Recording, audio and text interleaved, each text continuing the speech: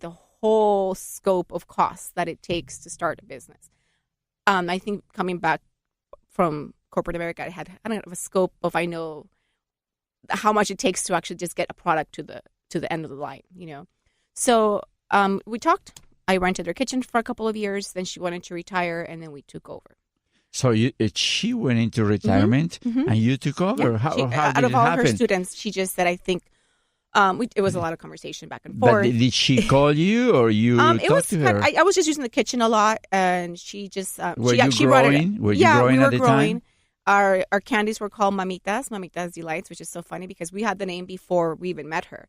And her business was called Mama's Tamales, so Mamitas Mamas. Some things are meant to be. It's so crazy. Absolutely. And it's called Mamitas because in El Salvador, it's a very endearing term. Mamita, venite a comer. Mamita, ya es tarde, apúrate. Mamita was always something that my grandma calls me. Sometimes my mom calls me, Mamita, apúrate, So it's so weird how the name is even matched. So we started to make our candies. I said, and then when she said, you're already renting the space. You're here all the time. I need to retire and spend some time with my family. Restaurant business is very, very demanding. It takes a lot on your body, on your family, mentally, physically. Restaurant. I had no idea. My parents did own a restaurant in El Salvador too, but I was very small. I was just there on the weekends hanging out. Right.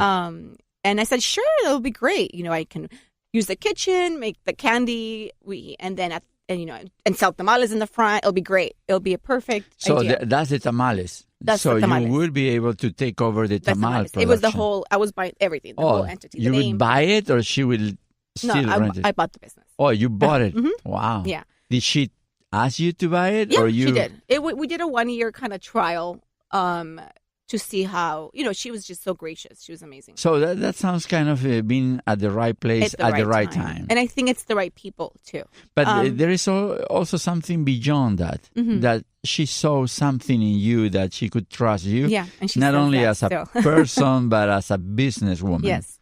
She always said, I worked so hard for this cafe, and she was, and I think you're the person that can take her to the next level. And I'm like, thank you. And she had a lot of students, people that would rent the kitchen. So I was very, very honored and excited, scared, so many emotions. It's a big risk. I was just renting the kitchen, and it was easy for me to go and take my product, make it, sell it, come back. Because at one point we were at 15 little panaderias and bakeries. Our candies were selling. They were selling so fast. I couldn't even believe it. Wow. Because they were so delicious. They are so fresh. Because usually when you bring los dulces típicos del Salvador, by the time they get here, they're a little rancid. They're dry. The coco rallado, tamarindo, of course. Dulce de leche. So we were making them fresh with the best product that I can get my hand on. Because if it was going to have my name on it, it had to be the best that I can bring. But you were in the corporate world, in business, and then you jump into the food business. Yeah, very different. And then totally different. So how did you know how to choose the right product, Well, I've always loved cooking, right and my mom recipe? is... Yeah, my mom. It was all my mom, our grandmothers. We took a trip to El Salvador. We were learning some of the recipes here together. My mother is very, very talented in the kitchen. Amazing. And her Mama Fita and my grandmother from my dad's side, Mama Lucy, they were all really great in the kitchen. We were mastering some of the candies pretty well. One of them that was really hard to make was the dulce de nance. Took me, the three of us, my sister, my mother, and I, because it was the three of us, mamitas, we traveled to El Salvador, literally to La Herradura on this comal de leña, trying to learn how to make this dulce de nance. And we have pictures. It was so funny. We're sweating, trying to make this candy because we were trying to make it as authentic and as best as we could for the community here, because we know how hard it has been for people that have left El Salvador coming here to Los Angeles or to wherever they may be. So to bring a little bit of something from home, like I was just mentioning to you earlier, El Salvador is home. So if I can bring you something from there as best as I can, that was my whole goal. So the dulce de nance, we traveled to El Salvador to try to learn that one. It was a whole new learning experience. So how was the first day when you finally, when I opened the doors myself? Opened the door yourself? I remember that day. My sister and I were together. Were you crying? It was. Or nervous? We were excited. We were taking pictures of the keys. We were like, take a picture. I was nervous. I had spent a week before with them when they were closing so I can get the hang of it before, but I had never done it myself. Did you think that you deserve it, or do you think that you achieved it, or was lack? I wasn't even thinking that. At that moment, there was just so many things that were going through my head, like just trying to make sure that our doors were going to be open that day. I was just thinking, okay, it just felt right. It felt like it was the right time, the right people. My mother and my sister were with me. My dad, of course, always amazing support. And it just felt right at that time. Just had no idea what was ahead. So now, what is it? Is it just tamales? So now, so being realistic, this is what I tell a lot of the young people that come into the cafe and ask us to, what kind of advice can you give us? It's, once I took over the cafe consumed me. So I even had to stop making the candies because I had no time. I had no time. And so absorbing, yeah? Exactly.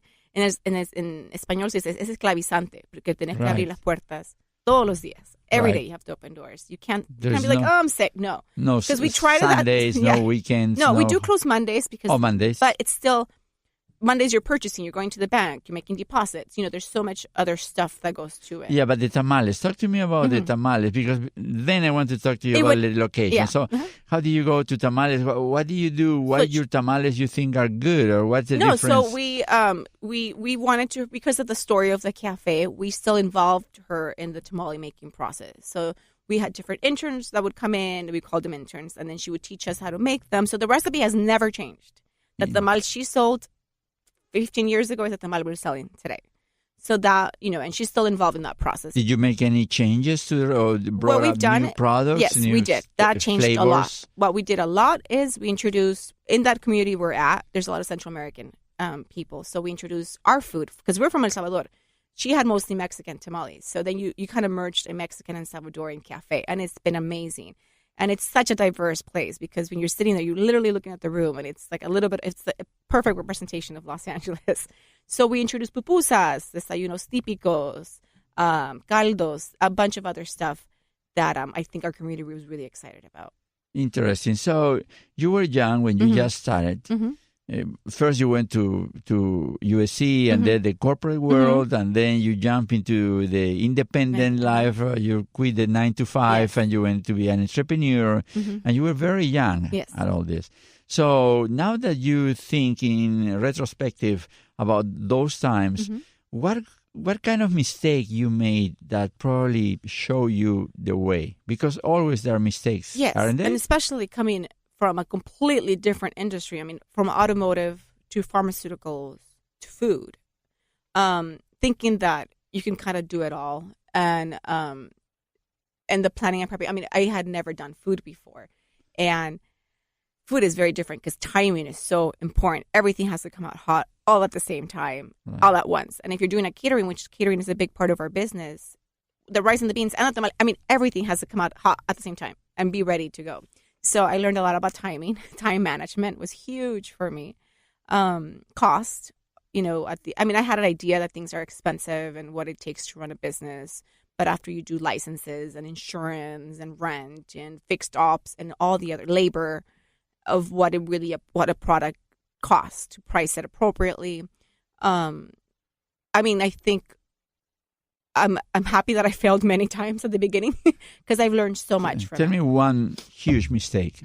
I think, the ones that pop up the most is just timing. When you think you've timed it all appropriately and you thinking you can do it all. That's one thing I think a lot of us that are starting our own business think we can do it all.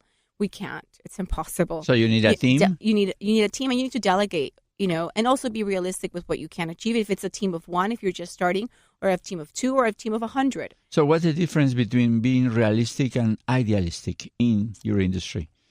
I think... Or for the young entrepreneur? I always hear people say, oh, I'm going to own a cafe, or I want to have a product out in the supermarket. So it takes steps. It's setting small goals. Okay, well, by the end of March, I remember I always saying this, I want to do this. I want to have the labels done. By end of June, I want to have the nutritional facts done. Just little things.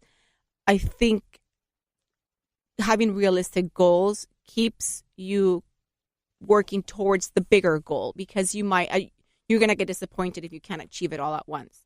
I'm still in the process of trying to achieve my main goal, which is leaving a legacy of, tamales and pupusas and vegan food and all these things that I want to leave, hopefully, for the children that I'll have one day. It's leaving that place in this food industry, but in that, I have to achieve little things first. I think a lot of times people may achieve really high, may want to achieve huge success right away because I feel some social media may make it seem like it is, but it's not. I live in a different world now. I grew up without social media, and now that I see how things work, they make it look so easy, like so attainable. That's where my realistic comes. Yeah, social media takes a lot of work. Is a distorting factor in life. Everything started with a lot of work, little sleep, lots of money investing, and yeah. So in this conversation, there is something that I want to ask you, because I don't know if you know what is that. Do you know what failure is? Yeah, I think I failed a lot. Not the denomination, but did you go through some failures? Oh, my first year, I hate the word. I don't like the word failure because it has such a negative connotation. But I think my failures were those customers that I didn't make happy when I wasn't on time, or maybe by one small mistake, as detail oriented as you may be, you think you had it all under control, that you did it right. But they've taught me to now be very detailed in my orders, to be double check everything. They've taught me a lot. So I'm glad that I failed those first few times, so that now, you check everything double. Make sure that you don't forget that, because you don't want to make that mistake again, because losing a customer is a lot more costly. It's very, very costly. Right. It takes how many times to recuperate that customer, I know, if ever? I forgot what that. There's a number out there. There's a ratio. There's a ratio, correct. I say that it's 5 times the investment.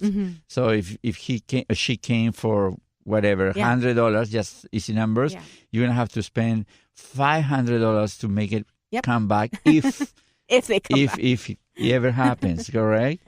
Correct. Yeah. So now tell me, do you feel that you are successful? The reason I'm going to answer yes is I think I'm very happy. Like when I was, my years at General Motors were amazing. I just had to leave because my mom got ill, and then I had to come back to LA. So an opportunity showed up in LA.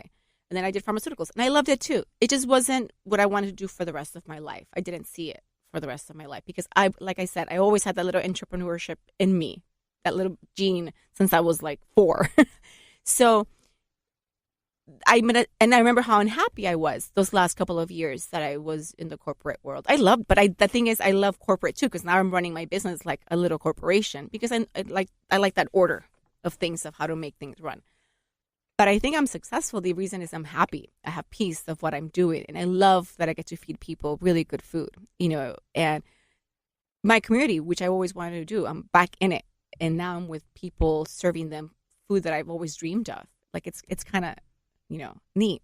And now my goal is just to keep growing, to reach that successful factor. So you have a goal in mind. Yes. How far away are you of your goal? I mean, I have small goals. I have a goal for 2018. I have a goal for 10 years, 20 years, And I mean, I wish there were Mama's Tamales everywhere. Maybe you franchise yes, it. or, just have the product. And I've started the process already to have the product in different locations. And just get the food and bring the candies back. That's one thing that that's what we started off with. That's what got us into the food industry. And I'm still so busy with other things. And again, staffing is hard. That I want to bring the candies back. So do you still read books or something, or go or attend conference in order to improve yourself, or you think that you have it all? No, I don't have it all. I don't think anybody can say they have it all. I try to read as much as I possible because it motivates me to keep going. So what kind of books do you read? Even social media, I follow. Or what kind of things you read? I try to read, all those articles that, successful people out in the world have done. Like this morning, I was reading what was I reading? Something about Betty Porto, who is the owner of Porto's, So I was She's been in the podcast. Oh, she has? Yeah. Amazing. And she's amazing. And I'd like to... You should meet her. Oh, I would love to. I think she was, when I started with Mama's Tamales, just selling my candies to the side, I think I saw her walking by at a farmer's market. And I was busy and I couldn't approach her. We will introduce you. We'll try to make a meeting. Yeah, because you it's people like that. I remember even when I was working at Corporate American, I wasn't sure if I wanted to leave yet. Having lunch at this cafe on 3rd Street, it's called Jones on 3rd, and thinking, I want Claudia's on Vermont, the same version of that, but for our community. Our community deserves good product. And speaking of books, you mentioned which book. One book that has changed my life. It's The 7 Levels of Intimacy. It's more about relationships, but it's about being the best version of yourself. You know, I'm very different than my brother, than my sister.